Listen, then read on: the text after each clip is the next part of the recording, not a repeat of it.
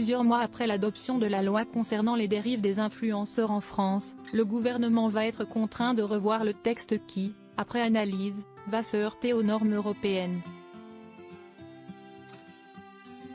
Explication. Il y a encore plusieurs mois, beaucoup ignoraient à quel point la parole d'un artiste pouvait résonner au sein d'un gouvernement. Depuis que Booba a lancé sa guerre contre les influenceurs accusés de placement de produits frauduleux, de nombreuses personnalités politiques se sont saisies de l'affaire.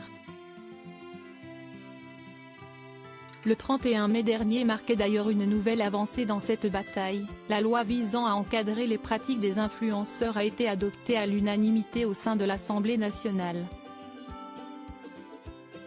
Depuis, de nombreux influenceurs, dont la plupart sont issus du monde de la télé-réalité, ont été sanctionnés par la répression des fraudes.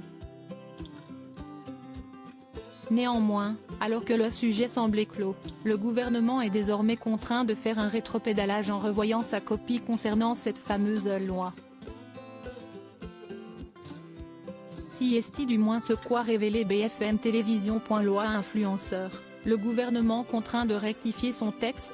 D'après les informations de nos confrères, le projet de loi contre les dérives des influenceurs ne respecte pas, pour le moment, les contraintes européennes.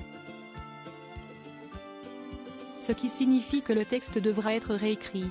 En effet, dans une lettre adressée mi-août à Catherine Colonna, la ministre de l'Europe et des Affaires étrangères, le commissaire européen Thierry Breton avait reproché au gouvernement français d'avoir adopté, avant l'avis de la Commission, les règles visant à encadrer les pratiques des influenceurs, certaines contredisant, selon lui, les normes européennes. Pour cette raison, le ministère de l'Économie, des Finances et de la Souveraineté industrielle et numérique va profiter d'un autre projet de loi, déposé au Sénat le 15 novembre, pour corriger le fameux texte. Ce dernier prévoit ainsi la modification de 4 articles. Le ministère se veut rassurant et assure cependant que ces modifications auront un impact limité sur la loi.